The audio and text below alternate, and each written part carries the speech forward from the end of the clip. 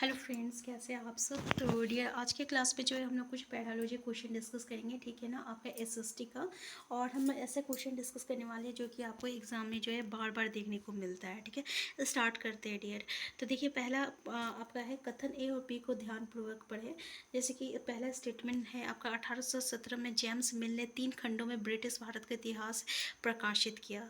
और बी में है उन्होंने भारतीय इतिहास को 2 कालखंडों में विभाजित किया, हिंदू काल और मुस्लिम काल। अब इसमें से क्या सही है, देखिए ऐसे ही क्वेश्चन जो है हमें सीटेट में देखने को मिलता है। ए आपका गलत है लेकिन बी सही है। ए और बी दोनों सत्य है और ए और बी दोनों गलत है, या आपका ए सत्य है और आपका बी असत्य है, ठीक है। तो देखिए इसका करेक्ट आंसर क्या हो जाएगा। तो पहला जो स्टेटमेंट है ना आपका कि आपका 1817 में जेम्स मिल ने 3 खंडों में ब्रिटिश भारत का इतिहास प्रकाशित किया है, तो ये तो बिल्कुल सही है।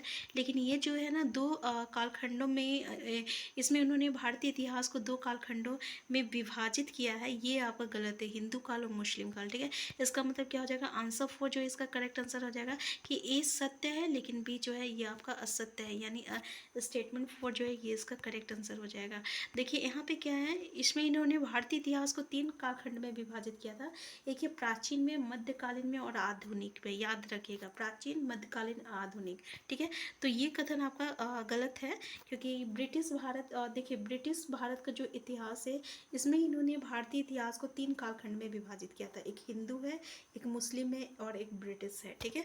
तो ये काल जो है विभाजन व्यापक रूप से स्वीकार किया गया। तो हिंदू, मुस्लिम और ब्रिटिश जो है ये आपका भारतीय ब्रिटिश भारत का इतिहास जो है इसमें इन्होंने भारतीय इतिहास को जो है 3 कालखंडों में विभाजित किया था, ठीक है। तो याद रखिएगा। नेक्स्ट है स्त्री पुरुष तुलना नामक पुस्तक की रचना निम्नलिखित में से किस सुधारक द्वारा की गई थी। बहुत इंपॉर्टेंट क्वेश्चन है। जैसे कि ईवी रामास्वामी नायकर, इसमें से जितना भी नाम रहेगा ना सारा नाम इंपॉर्टेंट है, क्योंकि यहाँ से क्वेश्चन हमें देखने को मिलता है। पंडिता रामाबाई, और है आपका विरास लिंगम पंतुलू और ताराबाई सिंधे। चारों जो व्यक्ति है ना, इसका चारों का जिक्र जो है हमें एनसीईआरटी का क्लास 8 का चैप्टर में देखने को मिला है, और इसमें से क्वेश्चन आपको देखने को मिलेगा, ठीक है। तो आंसर इसका हो जाएगा ताराबाई सिंधे हो जाएगा। ये जो स्त्री पुरुष तुलना है ना, ये आपका ताराबाई सिंधे के द्वारा लिखा गया है। लेकिन यहाँ पे और भी हमें थोड़ा सा जानना ये है कि जैसे स्त्री पुरुष तुलना की लेखिका ताराबाई सिंधे जो है भारत की एक अग्रणी नारीवादी लेखिका थे। उनके नाम काम को देश के पहले नारीवादी ग्रंथों में से एक माना जाता था, जिसने 19वीं सदी के भारतीय समाज में सत्तात्मक व्यवस्था और महिलाओं के साथ व्यवहार की आलोचना की। ये उन्हें उल्लिखित पुस्तक से संबंधित सही व्यक्ति बनाती है, ठीक है। यहाँ पे जैसे कि ईवी रामास्वामी नायकर पेरियार, ये तमिलनाडु के एक सामाजिक कार्यकर्ता और राजनीतिक थे, और जिन्हें आत्मसम्मान आंदोलन और द्रविड़ कंडगम की स्थापना के लिए जाना जाता है। तो ये इंपॉर्टेंट व्यक्ति है, इससे रिलेटेड इतना चीज़ आपको याद रखना है। जैसे पंडिता रामाबाई, ये इम्पॉर्टेंट है। इसमें एक भारतीय समाज सुधारक, महिलाओं की मुक्ति की समर्थक और शिक्षा के क्षेत्र में अग्रणी थी। और वीरा सलंगम पंतुलु जो है ये आंध्र प्रदेश के एक समाज सुधारक और लेखक थे। अब जैसे कि स्त्री पुरुष तुलना में ताराबाई सिंधे का काम जो है लैंगिक समता और इसे कायम रखने वाले सामाजिक मानदंडों की शुरुआती आलोचना के लिए महत्वपूर्ण है। आंसर ठीक है, समझ में आ गया कि स्त्री पुरुष तुलना जो है किसके द्वारा लिखा गया है। जैसे कि यहाँ पे जम्बू द्वीप का शाब्दिक अर्थ क्या है, भारतीय वासियों की भूमि, जामुन के फल का द्वीप, और आपका 7 नदियों की भूमि या दूध और शहद की भूमि। तो याद रखिएगा आंसर हो जाएगा आपका जामुन के फल का द्वीप, ठीक है। देखिए जम्बू मतलब क्या होता है कि जम्बू जो है ना जम्बूल के पेड़ को संदर्भित करता है, जिसे वनस्पति विज्ञान में सिजिजियम कुमोनी के रूप में जाना जाता है। और ये पेड़ जो है आमतौर पर भारतीय उपमहाद्वीप में पाया जाता है और एक फल उत्पादित करता है जिसे काला आलू बुखारा या मालाबार आलू बुखारा या जावा आलू बुखारा के रूप में जाना जाता है। देखिए द्वीप मतलब क्या होता है, तो द्वीप जो है एक संस्कृत में द्वीप है, ये महाद्वीप या महाद्वीप का अनुवाद करता है। और ये सब जो प्राचीन भारत ग्रंथों में जल से घिरे बड़े भूमि द्रव्यमान का वर्णन करने के लिए उपयोग किया जाता है, ठीक है, इससे हम लोग द्वीप कहते हैं। तो यहाँ पे देखिए, तो समझ में आ गया ये क्वेश्चन कि जम्बू द्वीप का शब्द शाब्दिक अर्थ क्या है, तो जामुन के फल का द्वीप, फल का द्वीप, आंसर 2 इसका करेक्ट आंसर हो जाएगा, ठीक है ना। अब यहाँ पे देखिए एक मैच द फॉलोइंग है, जैसे कि रोमन साम्राज्य जो है चंगेज खान है, मंगोल साम्राज्य एगस्टस, और ओटोमन साम्राज्य सुलेमान, और मैग्निफिसेंट, और मुगल साम्राज्य अकबर। तो आपको यहाँ पे मैच द फॉलोइंग करना है। तो रोमन साम्राज्य जो है इसका क्या हो जाएगा, तो इसका हो जाएगा आपका एगस्टस हो जाएगा, ठीक है। और ये जो मंगोल साम्राज्य हो जाएगा इसका हो जाएगा चंगेज खान हो जाएगा। और मुगल साम्राज्य की कौन है, तो मुगल साम्राज्य अकबर से रिलेटेड है। और ओटोमन साम्राज्य क्या हो जाएगा, सुलेमान और मैग्निफिसेंट से है, ठीक है। तो इसका आंसर बी जो रहेगा ये इसका करेक्ट आंसर हो जाएगा, ठीक है। तो नेक्स्ट क्वेश्चन है आपका कि पृथ्वी का कोर जो है मुख्य रूप से डैश से बना है, किससे बना है, निकल और तांबा से, निकल और एल्यूमिनियम से, निकल और, तो देखिए ये निकल और लोहा से बना हुआ है। देखिए आपका जो 40 क्वेश्चन में से जो 10-15 क्वेश्चन जो रहेगा ना आपको इस तरीके से स्टेटमेंट, इस तरीके से डायरेक्ट क्वेश्चन पूछ लिया जाएगा, लेकिन अधिकतर क्वेश्चन जो रहता है वो स्टेटमेंट बेस्ड क्वेश्चन आता है, जो कि अभी हम लोग देखे एग्जप्शन और रीजन वाला, ठीक है ना। ऐसा क्वेश्चन आता है, फिर एक स्टेटमेंट बेस्ड वाला रहता है जिसमें कि आपका 4 स्टेटमेंट दिया रहेगा, उसमें कौन स्टेटमेंट सही है कौन स्टेटमेंट गलत है, ठीक है। इस तरीके का क्वेश्चन आता है। तो हम लोग हर तरीके का क्वेश्चन को प्रैक्टिस करेंगे, लेकिन इससे पहले तो आपको क्लास 6 to 8 के एनसीईआरटी की बुक को पढ़ना होगा, ठीक है।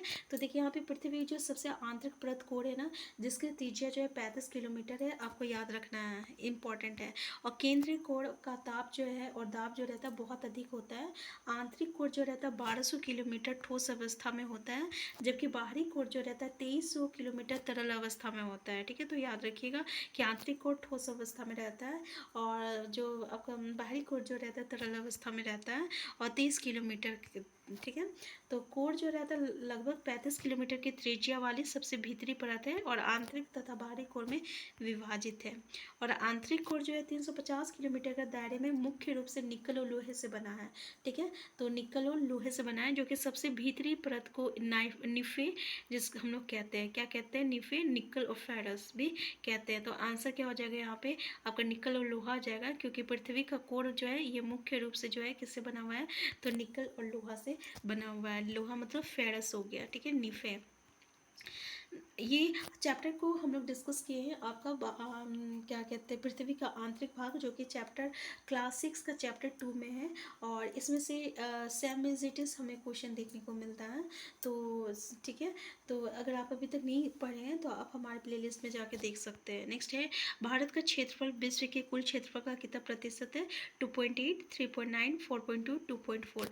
तो आंसर 4 इसका करेक्ट हो जाएगा, 2.4% हो जाएगा, ठीक है।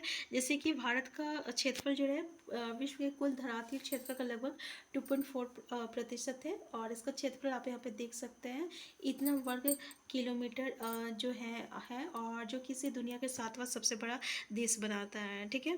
तो जैसे कि 32,87,263 वर्ग किलोमीटर भारत का क्षेत्रफल, और कच्छ के रेंज से अरुणाचल प्रदेश तक पूर्व से पश्चिम की चौड़ाई कितना है, तो 2,933 किलोमीटर है। ये आपको याद रखना होगा कि कच्छ के रेंज से अरुणाचल प्रदेश तक पूर्व से पश्चिम, ठीक है। तो आपको याद रखना होगा पूर्व से पश्चिम की चौड़ाई कितना है। और अगर हम लोग बोले इंदिरा कोल में कश्मीर से कन्याकुमारी तक भारत का उत्तर से दक्षिण विस्तार जो है 3,214 किलोमीटर है, ठीक है। तो याद रखिएगा कि इंदिरा कॉल में कश्मीर से कन्याकुमारी, यानी कश्मीर से कन्याकुमारी से अब यानी आपका भारत का उत्तर से दक्षिण की ओर जो आपका विस्तार है ये 3,214 किलोमीटर है। अगर देश का सबसे दक्षिणी बिंदु पिग्मेलियन पॉइंट या इंदिरा पॉइंट है, जो कि 6 डिग्री और 45 इंच उत्तरी अक्षांश पर स्थित है। तो ये भी क्वेश्चन आपको देखने को मिलता है इंदिरा पॉइंट के बारे में, तो याद रखिएगा। नेक्स्ट है कर्क रेखा देश के मध्य से गुजरती है, जो इसे 2 अक्षांशीय हिस्सों में विभाजित करती है, ठीक है। तो याद रखिएगा क्वेश्चन इस तरीके से पूछा जाता है कि कर्क रेखा जो है देश के किस कहाँ से गुजरती है, तो याद रखिएगा ये मध्य से होकर गुजरती है, जो कि 2 भाग में जो है विभाजित करती है, ठीक है, उत्तरी अक्षांश और आपका दक्षिणी अक्षांश। अब देखिए भारत का में जो देश भारत से जो बड़े देश जो है वो कौन कौन से हैं, तो सबसे पहला स्थान जो रहता है ये आपका रूस है, दूसरा स्थान जो है कनाडा है, तीसरा स्थान चीन है, चौथा स्थान अमेरिका है, पांचवा स्थान ब्राज़ील है, और छठा स्थान जो है ये आपका ऑस्ट्रेलिया है, ठीक है। तो आपको जो है ये याद रखना होगा, पहला रूस, कनाडा, चीन, अमेरिका, ब्राज़ील एंड ऑस्ट्रेलिया, ठीक है। ये आपका 6 है। तो भारत से ये छः जो है ना बड़ा है, इसमें से भी आपको क्वेश्चन देखने को मिलता है। तो आपको याद रखना होगा कि भारत जो है ये 7वें स्थान पे है और इससे बड़ा छः आपका देश है, ठीक है। उनका नाम याद रखिएगा कि पहले स्थान पे कौन है और दूसरे स्थान पे कौन है।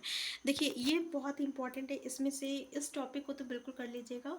और ये चैप्टर भी हम लोग डिस्कस कर चुके हैं और जो भी एनसीईआरटी में है वहीं से क्वेश्चन आता है। क्लास 7 का वायु चैप्टर में ये दिया हुआ है, ठीक है। और उसी चैप्टर से आपका जो भी वहाँ तक दिया हुआ है उसी में से क्वेश्चन बार बार आपको एनसीईआरटी में देखने को मिलेगा। तो देखिए निम्नलिखित में से कौन सी पृथ्वी की सतह की सबसे निकटतम परत है जिसमें सभी मौसम घटित होती है, ठीक है। यानी मौसम से संबंधित कौन सी परत है।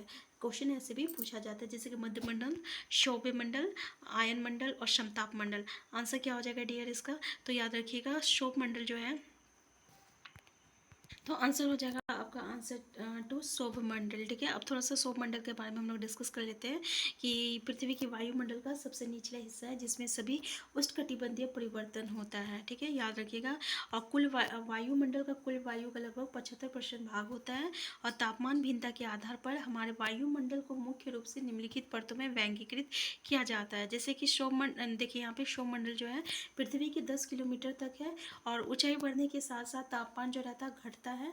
और हम मनुष्य सौरमंडल में रहते हैं और लगभग जितना भी मौसम से रिलेटेड आपका प्रक्रिया है ना इसी में घटित होती है और यहाँ सबसे ज़्यादा बादल दिखाई देता है, ठीक है।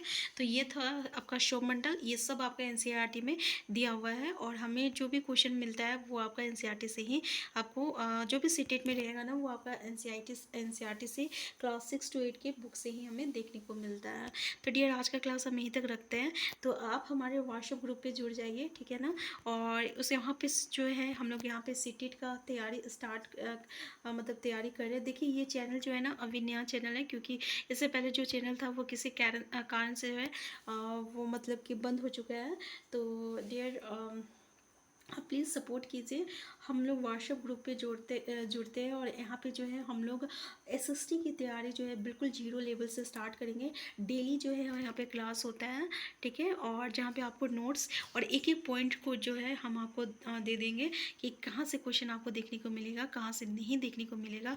और अगर आप प्रीवियस ईयर क्वेश्चन कर रहे हैं तो आपको पता चल जाएगा कि आपको हमारे इस नोट से बहुत ही हेल्पफुल होने वाला है, ठीक है।